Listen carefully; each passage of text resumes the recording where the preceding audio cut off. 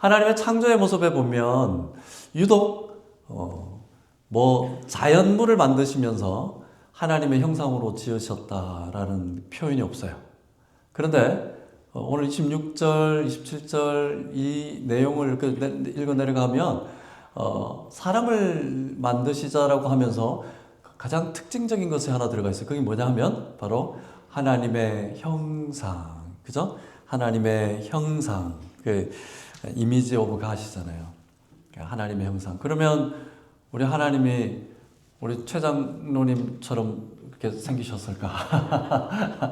아니면 그 만화에서 보던 대로 수염이 막 이렇게 달려가지고 미켈란젤로의 천지창조에 보니까 막 그 어떤 자그마한 할아버지 그려놓고 그런 내용은 아니다라는 얘기예요. 아무도 하나님을 본 적이 없어요, 그죠?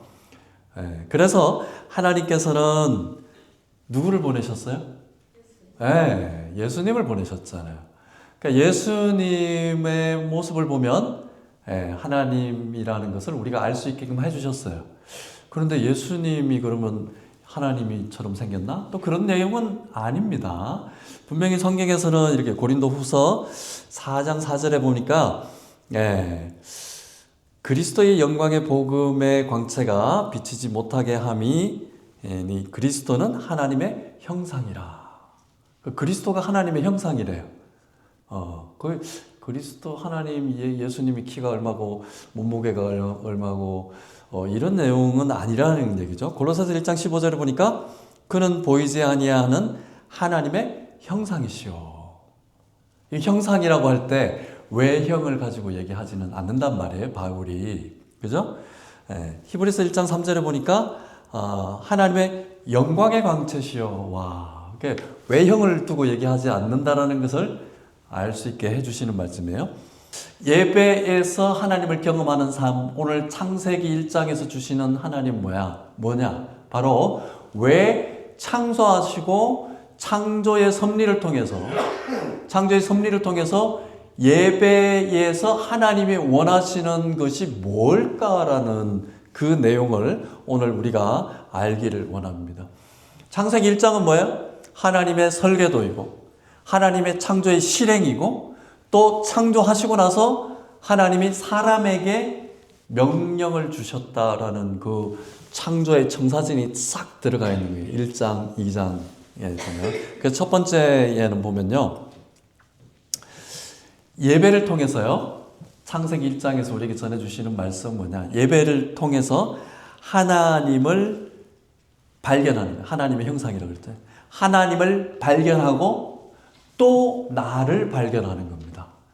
예배를 통하지 않고서는 이 일이 어려워요. 하나님이 왜 창조하실 때 우리의 형상으로 만들자, 우리의 형상으로 뭘 하게 하자, 다스리게 하자. 왜 그렇게 말씀하셨을까? 예배를 통해서 창조의 섭리를 알게 해주시는 핵심적인 것이 뭐냐? 하나님의 형상을 발견하고 나를 또 재발견합니다.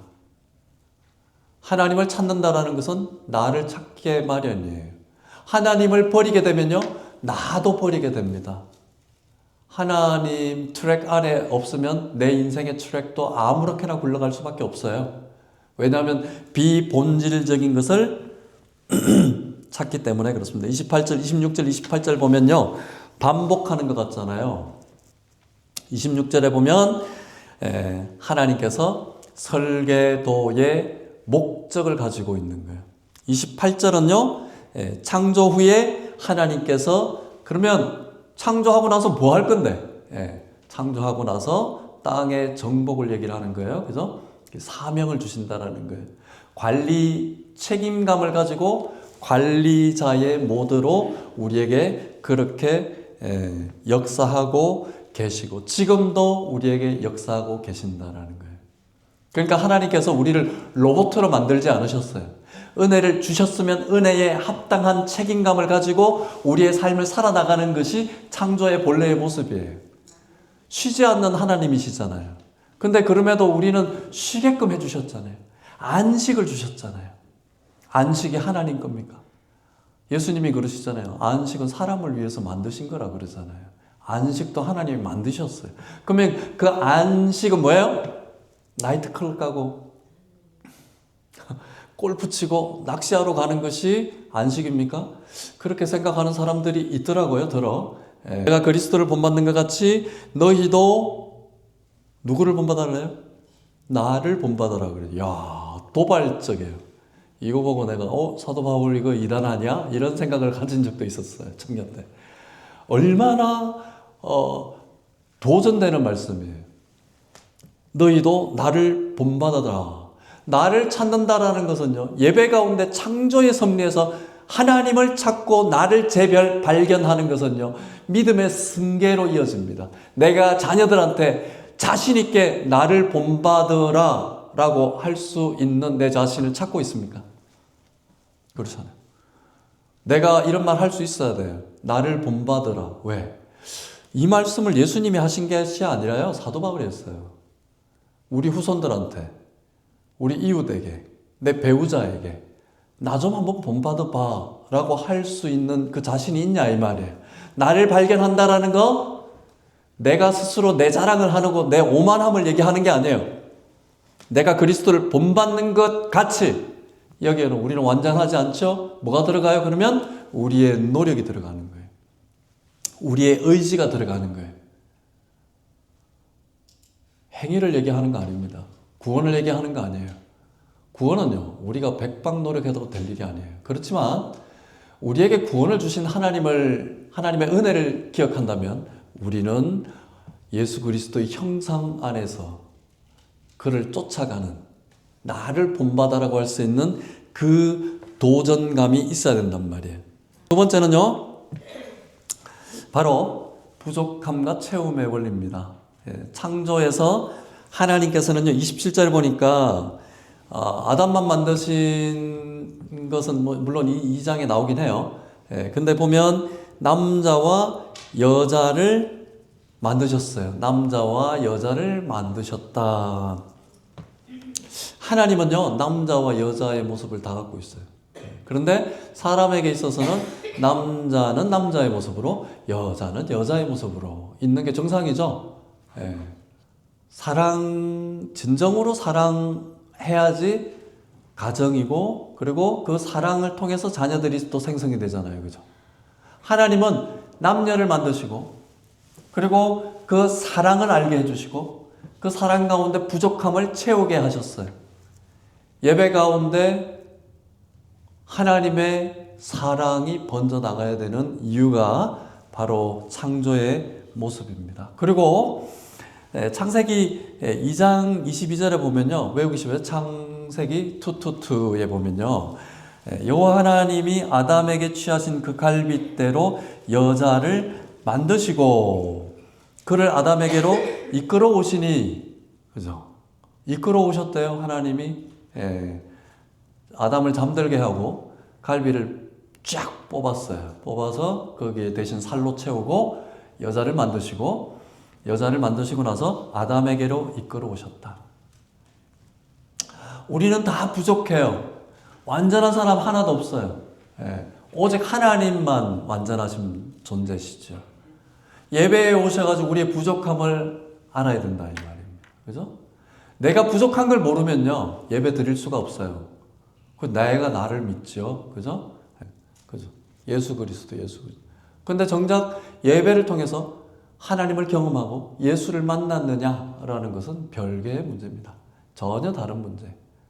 우리가 구원을 받느냐 안 받느냐, 하나님 앞에 바로 설 수 있는 은혜의 방편이 무엇인지 고민하지 않으면 우리는 그냥 관념론적인 이론적인 종교인에 되고 만다라는 거예요. 29절 30절에 보니까 하나님이 이르시되 온 지면에 씨 맺는 모든 채소와 씨 가진 열매 맺는 모든 나무를 너희에게 주노니 너희의 먹을 거리가 되리라.